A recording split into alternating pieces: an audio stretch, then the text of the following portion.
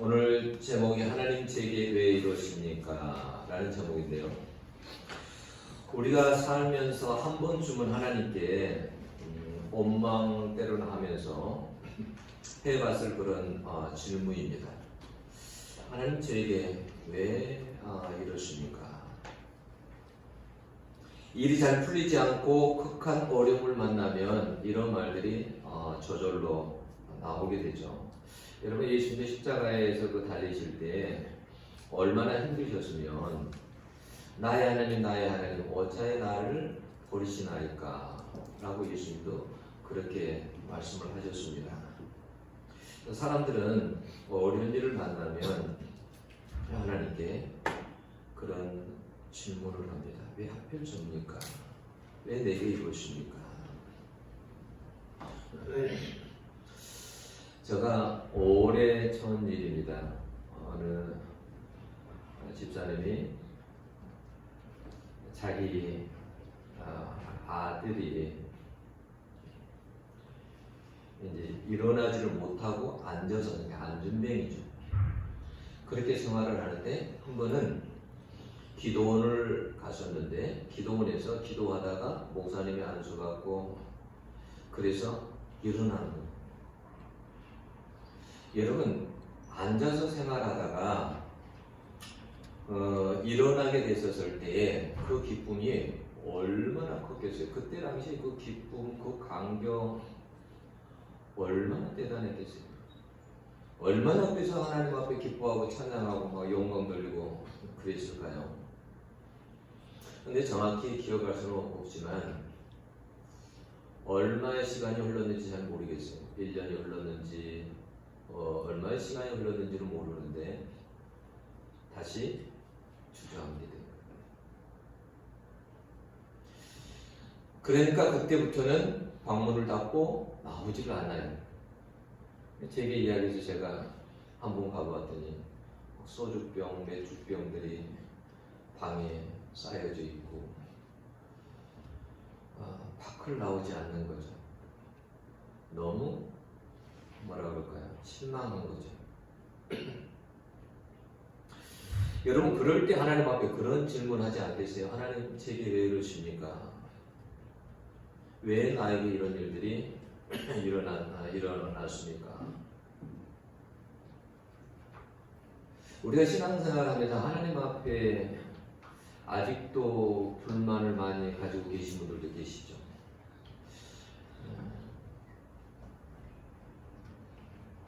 여러분, 오늘 본문에서 해답을 얻을 수 있기를 바랍니다.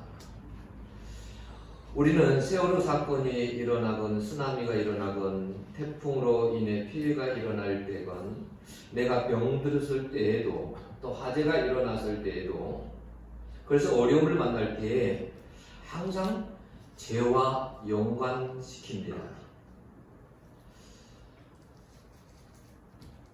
예수님 당시 때도 그래서 실로암 망대가 한번 무너진 일이 있었어요. 그래서 18사람이 죽었습니다. 그러니까 18사람이 죽었을 때 다 죄로 그 사람들이 죄를 많이 지어서 죽었다라고 사람들이 생각했어요. 근데 그때 예수님께서 하신 말씀이 뭐냐면 실로암 망대가 무너져 죽었을 때 그 죽은 18사람이 그 예루살렘에 사는 그 모든 사람보다 죄가 더 있는 줄로 아느냐? 그렇지 않다라는 거예요. 근데 오늘 제자들도 별반 다르지 않아요. 태어났을 때부터 맹인된 사람을 보고 제자들이 예수님께 말했습니다. 주님, 누가 죄를 범했습니까? 그 사람입니까? 아니면 그 부모입니까? 그러니까 이렇게 태어날 때부터 맹인된 사람을 보고 분명히 이것은 죄의 결과다라고 생각을 하는 거예요. 여러분, 만약에 이렇게 해석을 한다면 모든 것이 죄의 결과다. 그러면 여러분, 이 땅의 악인들은 다 병들거나 다 죽어야 됩니다. 그렇잖아요. 근데 시편에 보면 73편에 보면 악인들이 형통하고 죽을 때도 고통도 없고 고난도 없고 그 힘이 건강하고 재앙도 없고 항상 평안하고 재물을 더하도다 라고 했어요. 그냥 꼭 제하고 그렇게 연관되는 것이 아니라는 거예요. 그래서 우리가 항상 말을 잘해야 합니다. 그러니까 이게 성도들은 이게 자기 자식이 병원에 입원하면 말도 안 해요. 혹시 그렇게 생각할까 봐서. 여러분, 세월호 사건을 통해서 많은 사람들이 희생되고 그 얼마나 고통스러운 사건이었습니까? 그게 여러분 잊혀지겠어요? 그 고통이 얼마나 크겠어요? 그런데 사람들이 공경원한 그러한 장소에서, 자리에서 이것이 하나님의 뜻이다 라고 말하기도 하고 이것이 하나님의 심판이다 이렇게 말하는 사람들도 있었어요. 얼마나 어리석은 사람들이. 여러분, 하나님의 마음도 얼마나 아프겠어요. 비록 사람들이 잘못해가지고 그런 사고가 일어났지만 하나님의 마음이 얼마나 아프겠어요. 여러분, 하나님은 여러분들이 무서운 하나님으로 이렇게 기억하고 있지만 하나님은 그렇지 않아요. 사랑의 하나님이고 유로의 하나님이에요. 이사야 40장 1절에 보면 뭐라고 했습니까? 내 백성을 위로하라. 내 백성을 위로하라. 힘들고 아픈 백성들에게 선자들을 통해서 위로하라는 거예요. 어떨 때 믿는 사람들, 가까이 있는 사람들이 상처를 줄 때가 많아요. 어떤 분은 자식이 장애자로 태어났습니다. 그러면 여러분, 주변에서 어떻게 해야 됩니까? 신앙을 가진 우리들이 어떻게 해야 돼요? 용기를 주고 위로를 해줘야 되지 않겠습니까? 같이 기도하고 모든 것을 터놓고 대화하는 아주 대화했던 절친한 친구인데 기대했던 말과 다르게 뭐라고 하냐면 아들의 자매가 죄에 대한 하나님의 벌일지 모른다라고 말을 했습니다. 그 어머니가 그 말을 들을 때 어떠했겠어요? 그렇게 표현을 했습니다. 자기 심장을 후벼파고 그 가혹한 비판에 배신감을 느꼈다라고 했습니다. 여러분, 말을 잘해야 돼요. 말로 우리가 상처를 주는 경우가 얼마나 많은지 몰라요. 말을 많이 하다 보면 실수를 하게 되고 말을 가려서 해야 돼. 이 말을 들을 때 상대방이 어떤 생각을 하겠는가. 말을 함부로 하면 안 돼. 내 입장에서만 말하면 안 돼. 남들은 상처를 받을 수 있어요. 그게 돌멩이가 될 수도 있고 그게 몽둥이가 될 수도 있고. 말을 잘해야 돼. 말에 지혜를 달라고 기도할 수 있기를 원합니다. 말에 지혜를 달라고 해요. 예수님께서 제자들에게 뭐라 말씀하십니까? 부모나 자신의 죄 때문이 아니라 하나님의 하시는 일을 나타내고자 하심이니라 이렇게 말하셨습니다. 여러분, 물론 죄와 병이 전혀 관련이 없다는 말은 아니에요.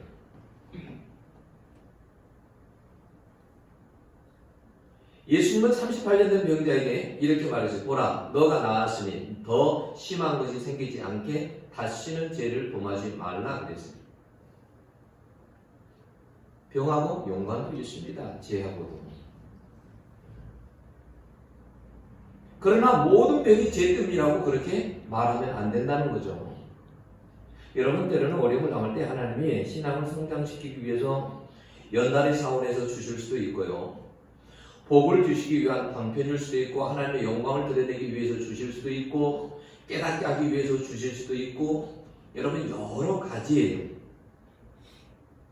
하나님의 하시는 일을 나타내고자 하심이니라. 이 말은 이 사람에 대한 하나님의 계획이 있다는 말이에요. 이 사람을 통해서 하나님이 사람들에게 보여주고자 하는 것이 있다라는 거예요. 그러니까 여러분, 내가 가난하게 태어났다고 그리고 깊은 상처를 받았다고 실패했다고 너무 낭망하지 말고 절망하지 말라는 말이에요. 여러분, 맹인에게도 계획을 가지고 있다면 여러분에게는 어떠하겠어요? 여러분에게도 당연히 하나님께서 계획을 가지고 있지 않겠느냐는 거예요. 여러분 그것을 믿으십니까? 믿으셔야 돼요. 여러분 제가 영상 하나 보여드릴게요. 여러분 닉 부이치치라는 분을 여러분들이 너무나 잘 알 거예요. 영상 계속 틀어주세요. 그냥 흘러가도록. 닉 부이치치 이 사람이요. 여러분 이제 아버지가 쓴 책이 뭐냐면 완전하지 않아도 충분히 완벽한 이라는 책을 썼었거든요. 근데 이제 손발이 없이 그렇게 태어났을 때 그 아버지는요 이런 생각을 했어요. 내가 이 아이를 과연 키울 수 있을까? 과연 이 아이가 사람답게 살 수 있을까? 그리고 우리의 부부의 힘으로 이걸 감당할 수 있을까? 이런 생각을 많이 했어요. 처음에는 아이가 태어났을 때 여러분 그 어머니가 아이를 보지도 않았어요. 사실 이방 다른 기관에 보내려고까지도 생각을 했어요. 왜냐하면 손과 양쪽 손이 없고 발이 없는데.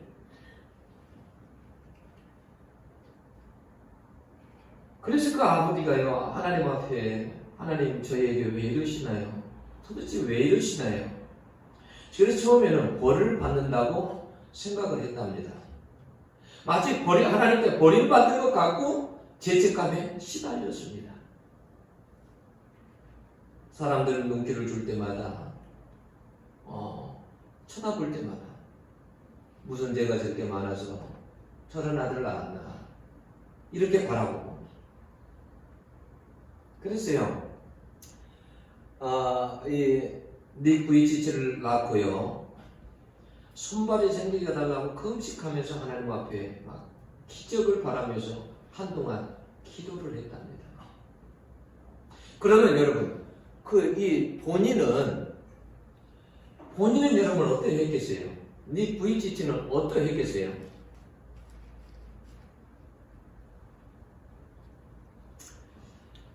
이런 생각을 했답니다. 부모님이 돌아가시면 난 어떻게 살지? 내가 무슨 일을 할 수 있을까? 내가 결혼해서 가정을 과연 이룰 수 있을까? 난 부모에게 동생들에게 평생 짐이 될 거야. 내가 없어져 버리는 게 나아. 그래서 자꾸 어둠의 생각이 몰려오고 나약하고 절망감에 빠지는 거예요. 모두가 다 끝이라고 포기하라고. 여러분 학교를 들어갔는데 얼마나 왕따를 당했는지 몰라요. 그러지 않았겠어요? 근데 본인은요 팔과 다리가 생기게 해달라고 신발 한 짝을 사가지고 옷장 속에 넣어놓고 하나님 앞에 기적을 바라면서 그렇게 기도를 했어요. 그래도 너무나도 견디기 힘들어서 우울증에 절망에 빠질 때가 많았어요. 그래서 8살 때 자살을 생각하고 심한 우울증과 절망감을 경험했어요. 10살 이후로 3번이나 자살을 시도했어요. 하나님, 저는 왜 이럴까요? 이걸 7년 동안이나 하나님 앞에 물었답니다.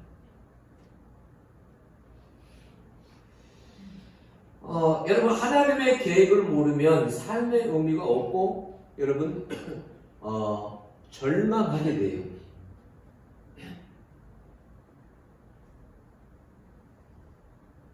그런데 나중에 그가 이제 하나님의 계획을 알게 돼요. 오늘 그리고 우리 본문에 있는 그 9장 3절에 있는 이 말씀, 그에게서 하나님이 하시는 일을 나타내고자 하시니라. 이 말씀이 마음에 꽂힙니다. 그리고 하나님의 음성을 듣죠. 이 세상에는 너무나도 힘든 사람들이 많단다. 너처럼 절망하고 살아가는 사람들이 너무나도 많단다. 너가 그들을 위해서 살아가는 사람이 되었으면 좋겠다. 나는 하나님의 음성을 들어요. 여러분 부모는 얼마나 걱정되겠어요. 그래서 이 VCC가 뭘 잘했냐면 수학을 참 잘했답니다. 그러니까 이제 유일하게 뭐냐면 이제 발가락이 이렇게 나오면 처음에는 발가락이 없었어요. 근데 나중에 수술을 해가지고 발가락이 조금 생긴 거예요. 그러니까 그걸로 컴퓨터를 하는 거예요. 그래서 그의 부모는 아버지는 뭐냐면 회계사가 되든지 뭐 컴퓨터로 뭘 하든지 이런 일을 하고 살아야 되지 않을까 이런 생각을 했어요. 그런데 여러분 그렇게 부모는 많은 걱정하고 내 아이가 과연 살아갈 수 있을까? 하나님이 이 아이를 어떻게 인도하느냐? 그러니까 네 VCC도 뭐냐면 내가 앞으로 뭘 해야 될지 사실은 모르는 거예요. 그런데 하나님께서 어떻게 인도를 하시냐면 자연스럽게 한 번은 학교에서 기독교 동아리 모임에서 자기 할 말을 하게 됐어요. 사람들 앞에서. 내가 얼마나 어렵고 그리고 내가 얼마나 이런 과정들을 겪고 내가 얼마나 이런 이야기를 쭉 했어요. 근데 그 자리에서 사람들이 거기 학생들이 막 감동을 받는 거예요. 또 어느 날은 자기가 강연을 하는데 어떤 여학생이 울면서 올라와가지고 안아볼 수 있느냐고. 그래서 허락을 했더니 안고 막 우는 거예요. 그러면서 뭐라고 나는 사랑한다는 말을 한 번도 들어본 적이 없습니다. 그러면서 강연을 할 때마다 변화된 사람들이 막 생기는 거예요. 감동받고. 그래서 하나님께 자연스럽게 그렇게 인도하는 거예요. 그래서 네 VCC가 어떤 생각을 하냐면 나는 바로 그거야. 내가 사람들에게 내가 강연하는 거예요. 그때부터 강연하기 시작해요. 그리고 그는 그렇게 말합니다. 그분의 창조물에는 실수가 없다라고 고백합니다. 그는 지금 6개 대륙 44개국 2,000번 이상의 강연을 했고요. 베스트셀러 저자이고 750만 명이 넘는 페이스북 친구, 35만 명에 달하는 트위터 팔로워, 각각 100만에서 400만에 이르는 조회수를 기록한 29개 이상의 유튜브 동영상. 세계에서 가장 유명하고 사랑받는 장애인 중 한 명이 되었습니다. 그는 자기가 받은 모든 강연비, 집을 한 채 살 정도가 됐는데 그 집을 팔아가지고도 어떻게 하냐면 빈민촌에 가서 아주 위험한 달동네, 위험한 곳, 감옥 등을 찾아가면서 사람들을 찾아갑니다. 그리고 수천 명의 사람들을 그리스도께로 인도했습니다. 여러분 그의 꿈이 뭔지 아십니까? 70억의 사람들에게 복음을 전하는 것이 그의 꿈입니다. 그는 좌절과 절망 속에 살아가는 사람들에게 희망의 전도자가 되어서 세계를 누비고 다니는. 그 때문에 그 사람 때문에 네 VCC 때문에 자살하려고 하는 사람들이 자살을 멈추고 절망하는 사람들이 희망을 가지고 살게 되고.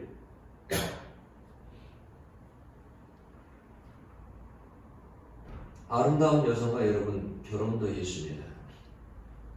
우리가 힘들고 어려울 때 두 가지 음성이 들어와요. 하나는 뭐냐면 하나님의 음성과 다른 하나는 뭐냐면 하나님의 음성이 들려요. 우리가 힘들고 어려울 때 사람은 뭐라고 하냐면 포기해라. 너는 아무것도 못해. 너가 그런 모습으로 뭘 할 수 있겠어. 차라리 죽는 게 나아. 이런 음성이 내게 마음에 들린다고 그건 사단의 음성이에요. 근데 여러분 하나님은 그렇지 않아요. 내가 너를 통해 할 일이 있단다. 사실은 네 VCC가 태어날 때 있잖아요. 유전적인 요인도 없어요. 특별히 뭐 환경적인 것도. 의사들은 그렇게 말하죠. 특별한 어떤 돌연변이 때문에 그렇게 됐다.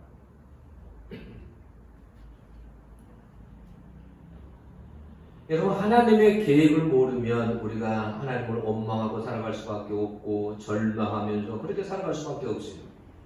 시간을 허비하고 그래서 살아갈 수밖에 없습니다. 여러분 중에 혹시 미래가 걱정되고 그러신 분들 있나요? 너무 걱정하지 마세요.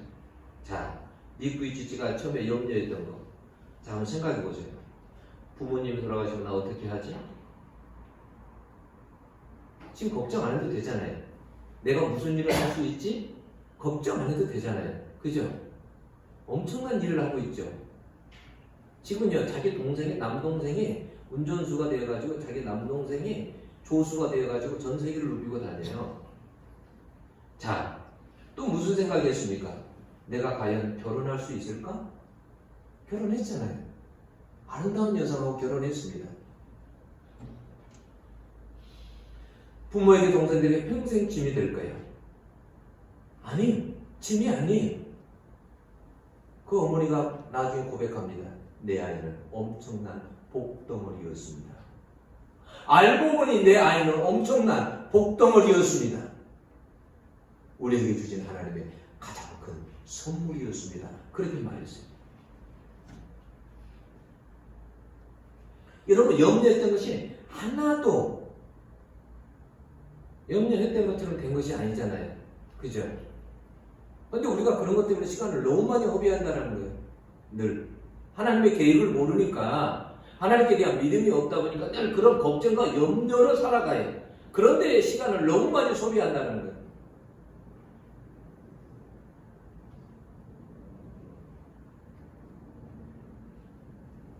예수님은 하나님의 계획 속에 여러분 살았습니다.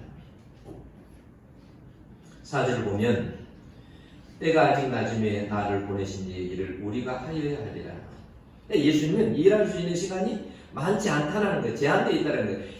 그 뒤에 밤이라는 게 나오는데 낮이라는 게 뭐고 밤이라는 게 뭐냐? 밤이라는 것은 밤이 오려니 이 말은 예수님이 십자가에서 죽게 되는 걸 이야기하는 거예요. 인생 끝나는 걸 이야기하는 겁니다. 낮이라는 것은 뭐냐면 이렇게 예수님이 공생애 때 이렇게 활동할 수 있는 시간을 낮이라고 한 거예요. 그러니까 지금 예수님의 시간은 십자가에 돌아가시기 전까지 시간이 얼마 남지 않았다라는 거예요. 시간을 허비할 시간이 없다라는 거예요. 지금은 부지런히 일해야 된다라는 거예요.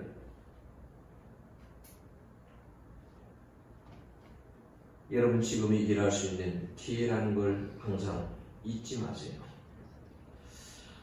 우리가 환경을 탓하는 사람들도 참 많아요. 부모를 탓하기도 하고, 왜 이렇게 우리 집은 가난한가?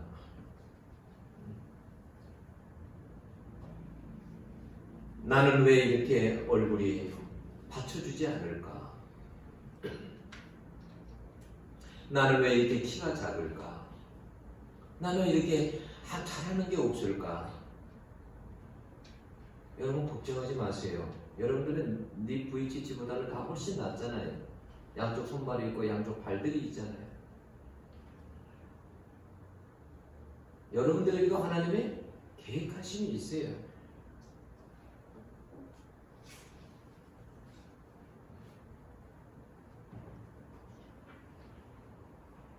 탓하지 아니하고 하나님의 계획을 믿고 오늘 맹인처럼 여러분 행동할 수 있어야 돼요. 주님이 여러분들을 다 여러분 보고 계세요. 자, 바로 1절에 보면 길 가실 때에 그랬어요. 근데 길 가실 때에 그 맹인을 보셨다라는 거예요. 주님은 길 가실 때도 그냥 지나치지 않았어요. 그 많은 사람이 있는 인파 속에서도 맹인데 태어날 때부터 맹인데 그 사람을 그냥 지나치지 않았어요. 그분이 바로 주님이세요. 여러분들에 대해서 절대 주님은 지나치지 않습니다. 그러면서 5절에 주님이 말하면 나는 세상의 빛이다라고 말합니다. 여러분에게 빛을 주시기 위해서 왔다라는 거예요. 여러분에게 어둠 속으로 인도하려고 하는 것이 아니라, 여러분들이 망하게 하려고 하는 것이 아니라, 여러분들에게 캄캄한 속에서도 빛을 주시기 위해서 주님이 이 세상 가운데 오셨다라는 거예요. 여러분들 절대 주님께서 그래서 암흑 같은 캄캄한 곳으로 인도하지 않습니다.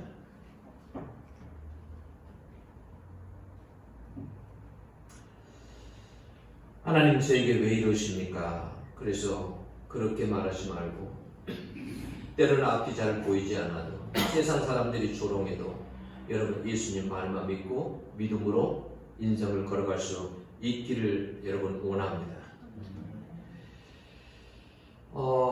여러분, 우리에게 놓인 모든 사실 어려움들은요, 이 땅에서 다 해석할 수가 없어요. 여러분, 다 해석할 수 없어요. 여러분, 성경에도 그러잖아요. 하박국도 하나님 앞에 하나님 어찌해서 악인들은 이렇게 잘 되는 겁니까? 왜 이렇게 의인들은 고통을 당합니까? 다 여러분 알 수 없어요. 이 땅에서는 다 여러분 그걸 답을 다 해줄 수 없어요. 왜요? 이 땅이 여러분 끝이 아니니까. 저 하나님의 나라가 있으니까 끝이 아니에요.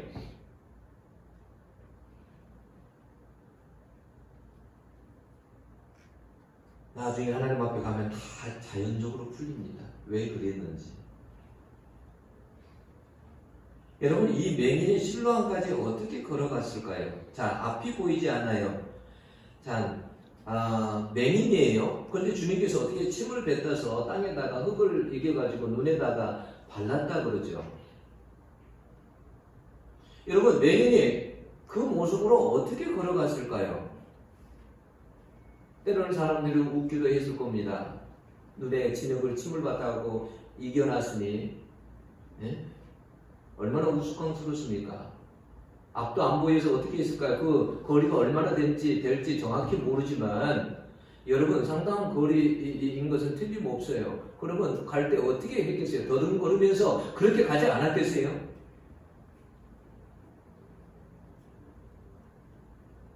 왜 주님이 그렇게 했을까? 여기 굉장한 메시지가 있어요. 여러분 실로암 해가지고 가로 해가지고 보냄을 받았다니 그런 식으로 해놨죠. 여러분 이게요 실로암이요. 자 뜻이 보냄을 받았다라는 뜻인데 이 실로암이 사실 여기서는 누구를 상징하냐면 예수님을 상징한 거예요. 예수님은 하나님께로부터 보냄을 받은 자예요. 그러면 주님께서 지금 이렇게 지금 소경의 눈에다 이렇게 바르고 우스꽝스럽게 앞이 보이지 않는데 더듬거리며 가게 하는 것은 지금 무슨 메시지를 우리에게 오늘날 주고 있느냐라는 거예요. 얘들아, 너희도 이 소경과 같이 눈이 밝지 않아. 너희도 소경과 같이 눈이 밝지 않아. 너희들도 내가 잘 보이지 않지 않느냐?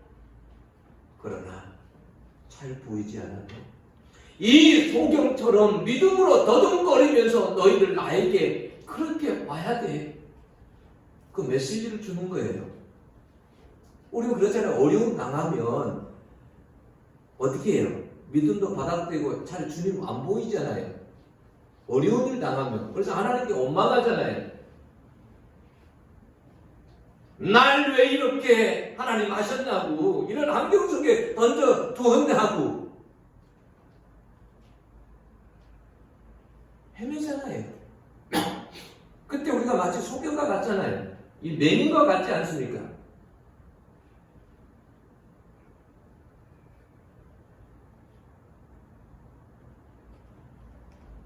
왜 여러분 흙을 발라준지 아세요?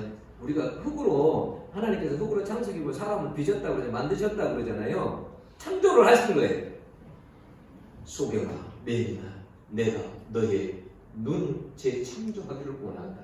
나를 밝히 볼 수 있는 그 눈으로 내가 재창조하기를 원한다.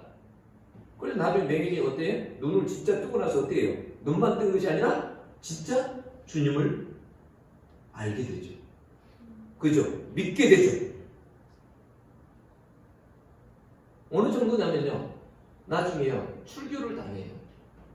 사람들 앞에서 너 눈이 어떻게 떠졌냐? 라고 했더니 아니 그분이 뜨게 했습니다.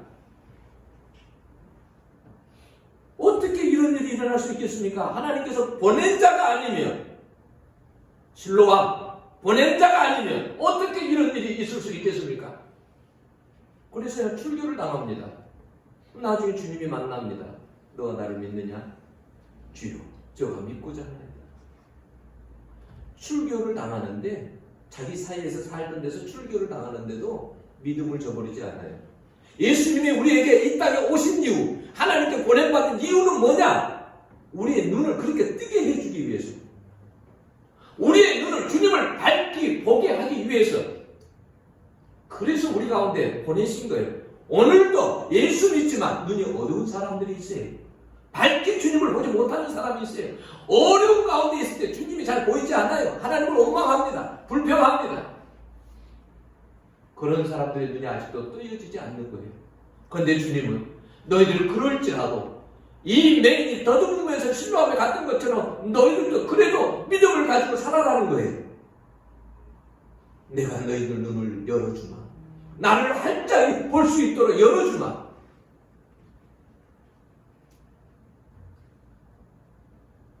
여러분, 어떤 어려움 중에서도 내 상황 속에서도 여러분들은 예수님이 밝히 보이십니까? 예수님이 정말 믿어지십니까? 그분의 계획이 보여집니까? 정말 여러분들의 눈이 여러분 띄어져야 됩니다. 예수 그리스도를 밝히 볼 수 있기를 원합니다. 기도하겠습니다.